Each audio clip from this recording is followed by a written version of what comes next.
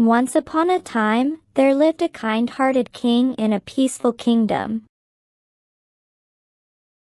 His people loved him dearly for his fairness and generosity. He had a wise minister whom he trusted deeply, and he often praised him for his quick thinking and wisdom.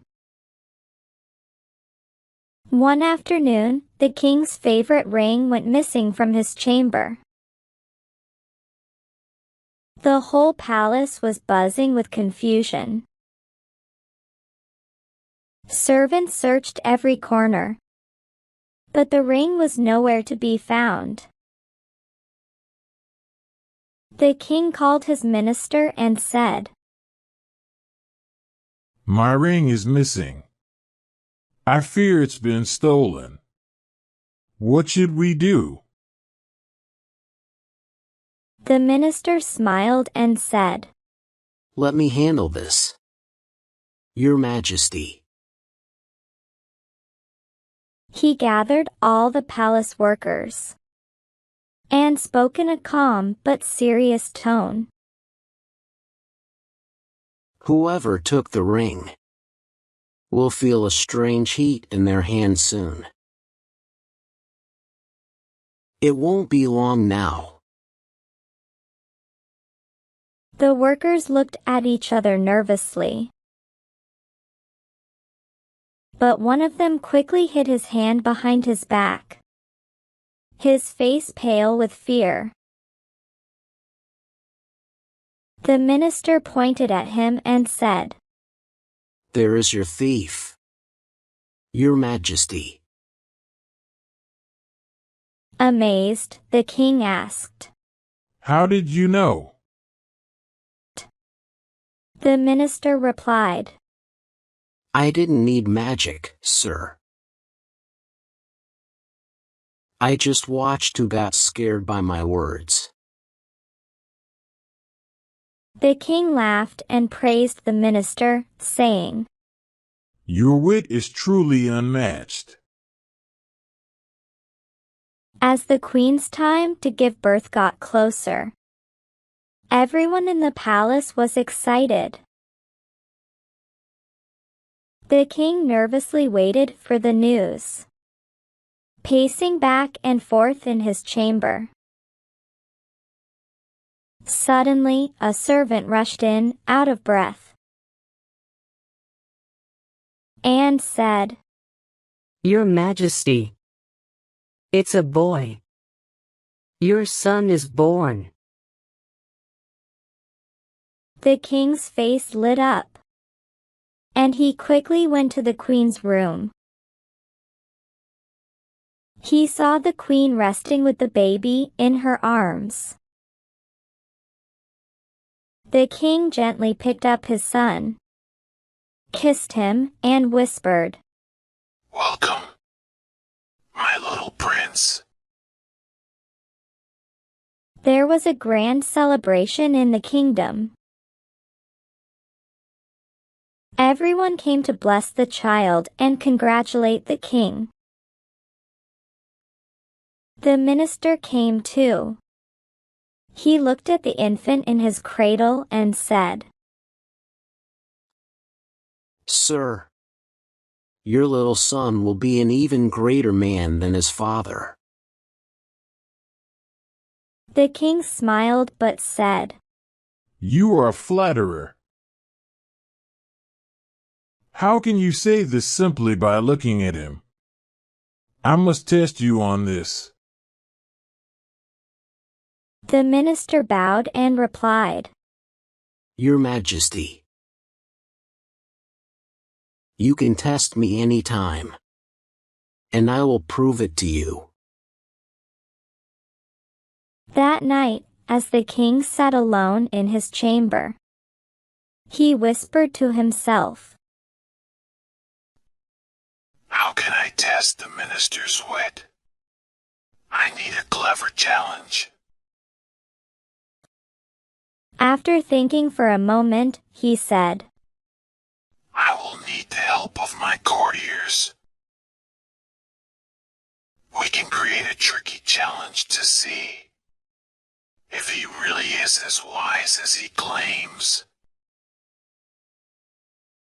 With a smile, the king added, We will set the test tomorrow. The next morning, the king called for his courtiers to gather in the throne room. He said, I need your help to test the minister's wit. The courtiers began sharing ideas. One courtier suggested, We can use 2 pots. One can be empty, and the other filled with sand.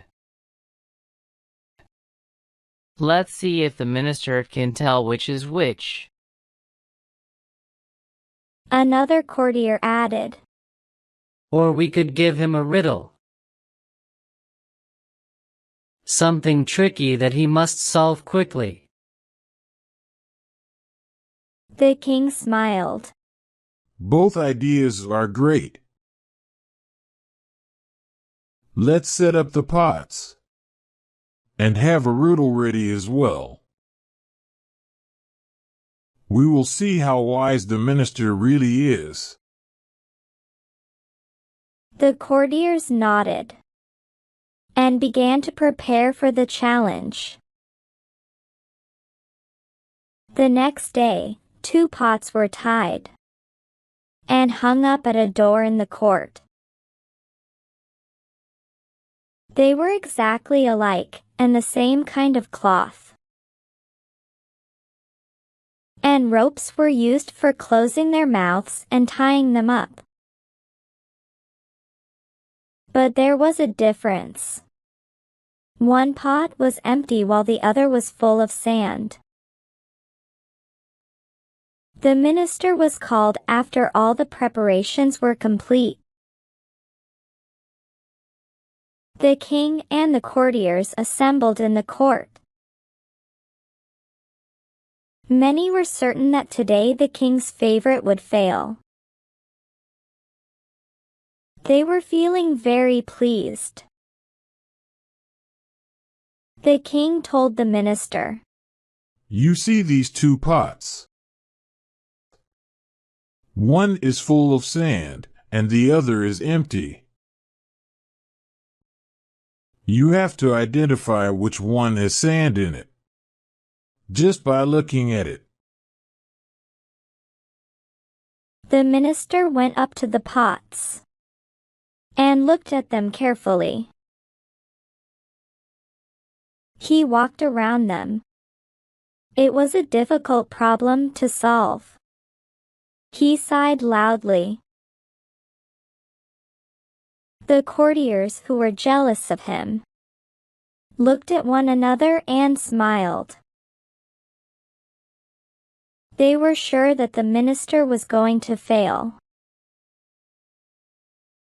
After walking around the pots once more, the minister went up to the king and bowed. So, have you identified the pot full of sand? Asked the king. Yes, sir. The one on the right is full of sand, and the other one is empty. He replied. The pots were down and opened. The minister was absolutely right. The king and the courtiers were looked at him in amazement. How did you guess that? Asked the king. Sir, the 2 pots were alike and so were the ropes. But one hung slightly lower than the other. I thought this must be because the weight of the sand dragged it down a little. So I went close to it and sighed loudly. The air blown by my sighing caused one of the pots to swing gently. So, I knew it must be empty. I told you the other one had sand in it. That's all, sir, replied the minister. Moral: wisdom comes not only from knowledge, but also from careful observation and clever thinking. Once upon a time, there was a merchant who lived in a village in a beautiful house. He had 3 pets, a clever rabbit, a cock, and a sly cat. They were always with him and kept him from feeling lonely. The cat and the cock were always arguing. The cat would stare at the cock with hungry eyes.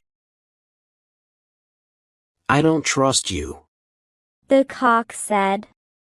You are always look at me like I'm your food. The cat smiled, licking her paws. You would be a tasty meal, but I know I can't eat you. The cock ruffled his feathers in annoyance. You may not attack, but I know what's going on in that sneaky little mind of yours. Stay away from me. The cat purred. Maybe, but I will just keep watching you. The cock turned away. The rabbit was good friends with the cock. They often chatted in the yard. One day, the cock said, I can't stand that cat, always watching me. The rabbit smiled and shook his head. Don't worry about her. She won't touch you. Even though the rabbit was the friend of the cat, he was always on the cock's side. One night, a hungry mouse roaming in the storeroom smelt and saw those huge baskets full of grains. The mouse got very tempted to eat those grains and thought, I am indeed so lucky. If I eat a little of these grains daily, then even the merchant would never come to know of it. The next morning, the rabbit and the cock were chatting when they saw the mouse. Look! A mouse, said the rabbit. The cock said happily, Hey there, little friend. Wanna be friends? The mouse smiled. Sure. I love making new friends. Just then, the rabbit said, but you need to be careful. The cat is around here. The mouse's eyes widened. The cat? I didn't know that. The cock said, puffing out his chest. Yes, she is sneaky. Stick with us, and we will keep you safe. The mouse said. Thank you so much. From that day on, the 3 became friends. One afternoon, the mouse was happily nibbling on some grains when the cat suddenly appeared. Got you now! The cat shouted, pouncing toward the mouse. Run! The cock yelled, flapping his wings in alarm. She is after you! The rabbit quickly hopped in front of the mouse. This way! Follow me! The mouse squeaked in panic and dashed behind the rabbit as they raced away. The cat landed on the ground, frustrated. You little pests! I will catch you next time.